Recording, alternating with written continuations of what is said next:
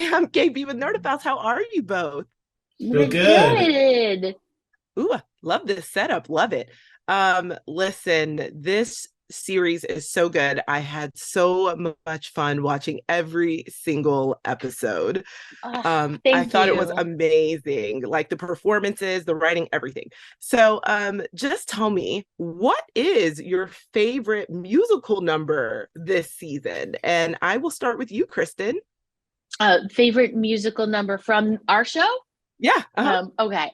I'm gonna say I think it's The Truth Is, which happens in episode 7.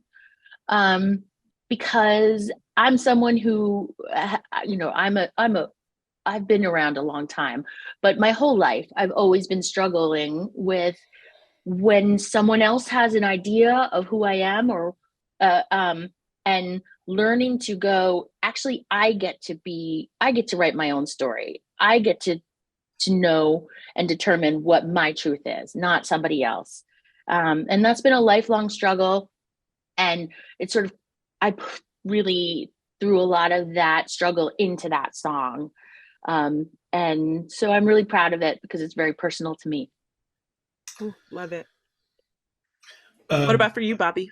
what I love about the show is that the music is so much, it's really tied to the inner feelings of the characters in a way that sometimes, music is the characters singing to each other. In this case, it's really the inner unexpressed emotions of the characters and the very big ones. So I think my favorite song is the song called I Am Not Alone, where Miguel is in the bathroom in the stall and he just kind of blows the walls off the bathroom into this starry void of joy and romantic explosion just because he's fallen in love with Lindsay. She doesn't know it, and he's playing it really cool. But we just get this peek into this enormous feeling that he has, and that's what it's kind of like to be me sometimes. I play things close to the chest because as a guy, I was brought up to not show a lot of emotion, but doesn't mean I don't have it. Mm, right, right. And I love that. Honestly, it's one of my favorite things about Miguel is that, like he does have a lot of emotions about a lot of things. We just are rooting for him throughout this season to be able to openly express them. Cause, we're like, come on, come on. If you can tell anyone, you can definitely tell Lindsay, Mhm. but the whole time he's kind of holding it close to his chest. Yes. Um, but I loved it. So, for you, both of you, I mean, talk a little bit about the professional challenges and rewards of being able to bring this particular kind of Broadway show to the television screen and being able to reach kind of, more people and more audiences in that way. And I'll start with you again, Kristen. Well, I think the reward is that we're getting to do this thing we love called musical theater and musical storytelling and put it in this other thing we love, which is the streaming rom-com genre of like 8 episode comedy. We're getting to mash them together. And the exciting thing that hopefully happens on March 24th, when more people will be able to see a new musical than have maybe ever seen any of our musicals on Broadway in one day.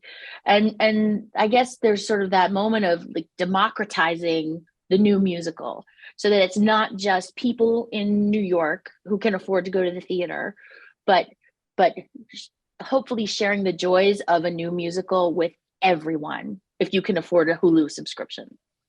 I love that. And what about for you, Bobby? Any professional kind of challenges alongside the rewards of bringing this particular Broadway show to the small screen? Well, the songwriting is always the same. We're telling stories, we're writing songs, all that, and characters. But what's different is the how of TV, which we had never done before. But luckily, we have Tommy Kail, Stephen Levinson, and Danielle Sanchez-Witzel. I mean, Fosse Verdon was our very favorite show. I mean, is our very favorite show. It's like a Mm-hmm. wonderful. It's like we're the president and co-president of the fan A club of fan that club. show, and we got to make our first show with the creators of that show. So we just feel like the luckiest kids, and we kind of we just learned a lot in terms of like usually in a musical you do a zillion workshops and fix it then.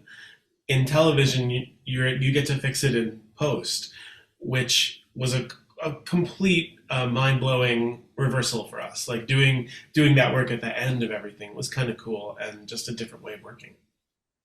Well, listen, I told Thomas this, but I was like, you guys have the dream team, in terms of like the creatives behind the show and then also just the talent in front of the camera. I mean, it's just so special and I can't wait for everyone to watch. So just thank you so much for taking time to chat with Nerdophiles. Really appreciate it. Thank you, Thank you, KB. KB.